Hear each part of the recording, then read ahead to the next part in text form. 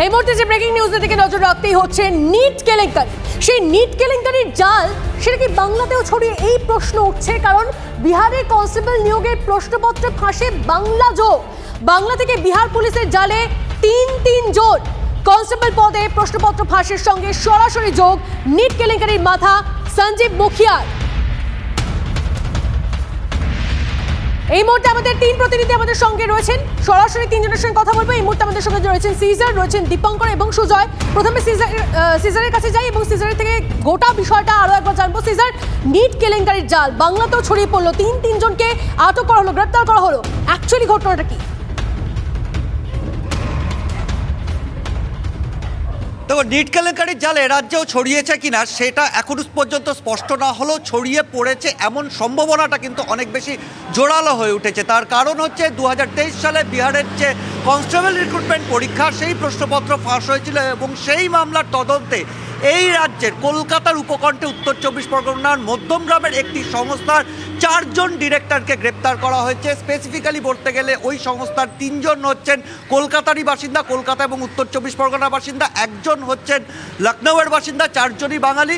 কৌশিক কর, সঞ্জয় দাস, শুভন বিশ্বাস এবং সৌরভ বন্দ্যোপাধ্যায়, এই 4 জনকে গ্রেপ্তার করা হয়েছে। এবং যেটা জানা যাচ্ছে, নিট কেলেঙ্কারির যে মূল মাথা সঞ্জীব মুখিয়া এবং তার যে সলভার গ্যাং, তার সঙ্গে কৌশিকের যোগাযোগ ছিল এবং কৌশিকের সঙ্গে সঞ্জীব মুখিয়ার ডিলের ফলেই 2023 অক্টোবর মাসের আগে এই কনস্টেবল রিক্রুটমেন্টের পরীক্ষার প্রশ্ন ফাঁস হয় এবং সেই জায়গা থেকেই প্রশ্ন উঠছে যে নিট কেলেঙ্কারি এবং বিহারের একাধিক প্রশ্ন ফাঁস, হরিয়ানার একাধিক সরকারি চাকরির প্রশ্ন ফাঁস, প্রত্যেকটা ক্ষেত্রেই এই সলভার গ্যাং এবং সঞ্জীব মুখিয়া গ্যাংয়ের যোগাযোগ রয়েছে। এবং সেই সঞ্জীব মুখিয়ার সঙ্গে সরাসরি এই কৌশিক কর এবং তার সংস্থার যোগাযোগ পাওয়াতে তাহলে কোথাও কি নিটের শিকড়ও এ রাজ্যে কোথাও ছড়িয়েছে, এটাই জোরালো হয়ে উঠছে। একদম সিজার, তুমি সঙ্গে থাকো। এর পাশাপাশি দেখুন আরো একটা বিষয় আপনাদের জানাই, এই যে ধৃত কৌশিক কর, তিনি স্বরূপনগরের বাসিন্দা, তার মধ্যমগ্রামে একটি প্রিন্টিং প্রেস আছে, আর সেই ছাপাখানাতেই বিহারের কনস্টেবল পরীক্ষার প্রশ্ন ছাপা হয়েছিল।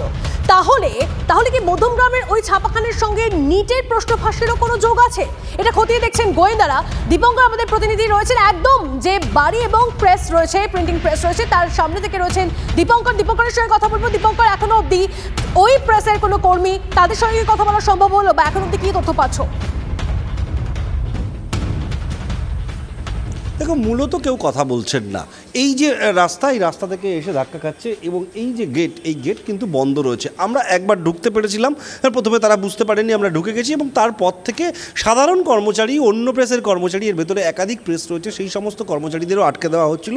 যদি কিছুক্ষণ আগে পর্যন্ত দেখা গেল আবার 2-1বার গেট খুলছে, কখনো কখনো দিচ্ছে, কিন্তু কর্মচারীরা কেউ কারোর সঙ্গে কথা বলছেন না। এমনকি যে প্রেস, এই যে বিল্ডিংটা আমরা blazing secure press private limited বলে জানতে পাচ্ছি, সেই বিল্ডিংয়ের নামটা কি সেটাও তারা বলতে চাইছে না। এই কর্মচারীরা যেমন গেট খুললেন, কয়েকজন বেরোচ্ছেন, যেহেতু এখন কর্মীদের বেরিয়ে যাওয়ার সময়, সেই জায়গা থেকে তারা ছাড়তে বাধ্য হচ্ছেন, কিন্তু দীর্ঘক্ষণ ধরে তারা খুলছেন না। এখন প্রশ্ন হচ্ছে যে এখানে কি হয়? এখানে মূলত প্রশ্ন ছাপা হয় বিভিন্ন রাজ্যের বা ভিন রাজ্যের বিভিন্ন পরীক্ষার প্রশ্নপত্র, চাকরির পরীক্ষার প্রশ্নপত্র, সেগুলো ছাপা হয়, এমনটা স্থানীয় সূত্রে জানা যাচ্ছে। এবং সেই সূত্র ধরেই কিন্তু এখান থেকে প্রশ্ন ছাপা হওয়ার পর নির্দিষ্ট রাজ্যে চলে যায়, সেখান থেকে গিয়ে প্রশ্ন ফাঁস হয়ে থাকতে পারে। এবং সেই বিষয়টাই কিন্তু তদন্তের বিষয়, যেটা গোয়েন্দারা তদন্ত করতে ইতিমধ্যে শুরু করেছেন। মূল জায়গাটা ধরবার চেষ্টা করা এবং এই আকাশ কর যার নাম উঠে আসছে, আমরা যেটা জানতে পারছি যে blazing secured press private limited, এটা আসলে তার স্ত্রীর নামে চলে। এই স্ত্রীর নামে এই বিল্ডিংয়ে তার ব্যবসা এবং সেই ব্যবসা এখানে রীতিমতো ছাপা হয় এবং প্রত্যেকটা বিভিন্ন রকম পরীক্ষার প্রশ্নপত্র ছাপা হয়, সেটা আমরা জানতে পারছি। এবং তারই পরিপ্রেক্ষিতে কিন্তু এই জায়গার আলাদা একটা নজরদারি রয়েছে। তুমি আমাদের সঙ্গে থাকো। এর পাশাপাশি আমাদের আরো এক প্রতিনিধি সুজয়ও রয়েছেন আমাদের সঙ্গে, সরাসরি কথা বলবো সুজয়ের সঙ্গে। সুজয়, এই যে ধৃত কৌশিক কর, সে দমদমে এক জায়গায় বাড়ি ভাড়া নিয়ে তারপর এই সংস্থা চালাতো, গোটা বিষয়টা নিয়ে তোমার কাছে কি ইনফরমেশন? দেখো, বিহার পুলিশ সূত্রে যেটা খবর, যে তাদের নিয়োগ পরীক্ষার ক্ষেত্রে যারা দায়িত্ব পেয়েছিল প্রশ্নপত্র ছাপার, সেই সংস্থার নাম ক্যালটেক্স মাল্টিভেঞ্চার প্রাইভেট লিমিটেড। সেই সংস্থার যেটা রেজিস্টার্ড অফিস বা যে অফিস দেখানো হচ্ছে, সেই অফিসের সামনে বা সেই ঠিকানার সামনে রয়েছে 1F/3 রাজাবাগান লেন, এইখানে একটি মূলত বাড়ি ভাড়া নিয়েই এই সংস্থাটি তৈরি করা হয়েছিল এবং কোভিড পরবর্তী সময়ে এই যে বাড়ির ঠিকানাটি আমরা দেখাচ্ছি, এই বাড়ি ছেড়ে চলে যায়। আমরা কিছু সময় আগে এই বাড়ির যিনি গৃহকর্ত্রী রয়েছে তার সঙ্গে আমরা কথা বলি, তিনি জানান যে ওই সংস্থা তাদের বাড়ির এই নিচের অংশ, যে অংশটির ছবিটা দেখতে পাচ্ছ তালামারা, এই অংশটি তারা ভাড়া নিয়েছিল এবং সেখানে ভাড়া নেওয়ার পর বছরখানেক ছিল, তার পরবর্তীতেও তারা চলে যায়। কিন্তু সরকারি হিসেব বা সরকারি নথিতে বলছে যে ওই ক্যালটেক্স নামক সংস্থাটি কিন্তু এখনও এই বাড়ির ঠিকানাকেই ব্যবহার করছে। তারা যে সরকারি রেজিস্ট্রার অফ কোম্পানি অর্থাৎ আরওসিতে যে ঠিকানা দিয়েছে, সেটা ঠিকানা এই বাড়ির ঠিকানা দেওয়া হলো, বাড়ির দোতলার ঠিকানা দেওয়া হয়েছিল, কিন্তু তারা অফিস করেছিল একতলায়।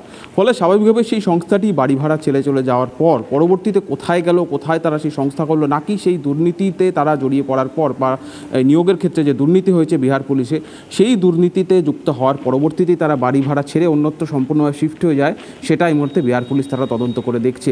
বিহার পুলিশ যেহেতু তারা তদন্তের সূত্রে এই রাজ্যের বা কলকাতা সংলগ্ন এলাকার লিঙ্ক পেয়েছেন, তারা কিন্তু প্রত্যেকটি জায়গাতেই যাবেন এবং তারা তদন্ত করবেন, জিজ্ঞাসাবাদ করবেন যে তারা কি উদ্দেশ্যে ভাড়া নিয়েছিল, কবে থেকে কবে অবধি ছিল এবং তাদের কারবারটা কি ছিল সে সম্পর্কে বিস্তারিত তথ্য নজর থাকবে।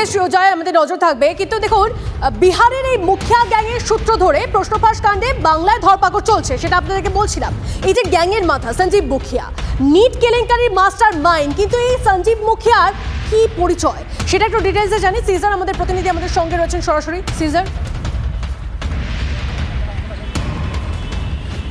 দেখো, সঞ্জীব মুখিয়া বিহারের অন্যতম এক্সাম মাফিয়া হিসেবে পরিচিত। সঞ্জীব মুখিয়া ওরফে সঞ্জীব কুমার, তিনি নালন্দার বাসিন্দা এবং একসময় বিহারের এক্সাম মাফিয়া রঞ্জিত ডনের হয়ে কাজ করতেন। পরবর্তীতে নিজে গ্যাং তৈরি করেন এবং তার ছেলে ডক্টর শিব কুমার ওরফে বিট্টু, তিনি তৈরি করেন বিহার, ইউপি এবং হরিয়ানাতে সলভার গ্যাং, যারা খালি বিহারের বিভিন্ন সরকারি চাকরির পরীক্ষা ফাঁস করেনি, তাদের নেটওয়ার্ক ছড়িয়ে রয়েছে বিহার ছাড়াও উত্তরপ্রদেশ এবং হরিয়ানাতেও। সেখানকারও বিভিন্ন সরকারি পরীক্ষার প্রশ্ন তারা ফাঁস করেছেন এবং নিট কেলেঙ্কারির পেছনেও এখন পর্যন্ত প্রায় 200 জনকে গ্রেপ্তার করেছে ঝাড়খণ্ড পুলিশ, বিহার পুলিশ এবং সিবিআই।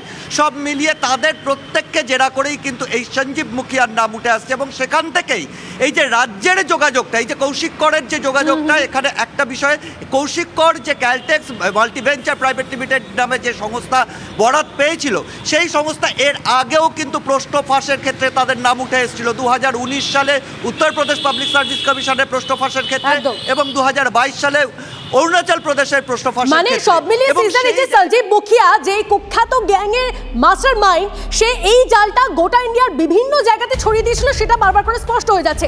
আমাদের এই খবর অবশ্যই নজর থাকবে। আপাতত তোমাকে ধন্যবাদ। ধন্যবাদ সিজার, ধন্যবাদ সুজয়, ধন্যবাদ দীপক। আর এই নিয়ে কুণাল ঘোষ, তার বক্তব্য আমরা পেয়েছি, কি বলছেন তিনি শোনাবো আপনাদের। কে কোথায় গিয়ে কদিন থাকছে না থাকছে তার সঙ্গে কোনো কনস্পিরেসিতে জড়িত থাকা বা না থাকাটা এটা ডিপেন্ড করে না। ঘটনা অন্য রাজ্যের, সেখানে কারা কি করেছে না করেছে, এখন কোনো কারণে সে কোথায় কার বাড়িতে এসে থাকলো বা কোনো দিন সে কোথাও ছিল, তার সঙ্গে তো মূল অপরাধটা বা সেই রাজ্যের কোনো সম্পর্ক নেই।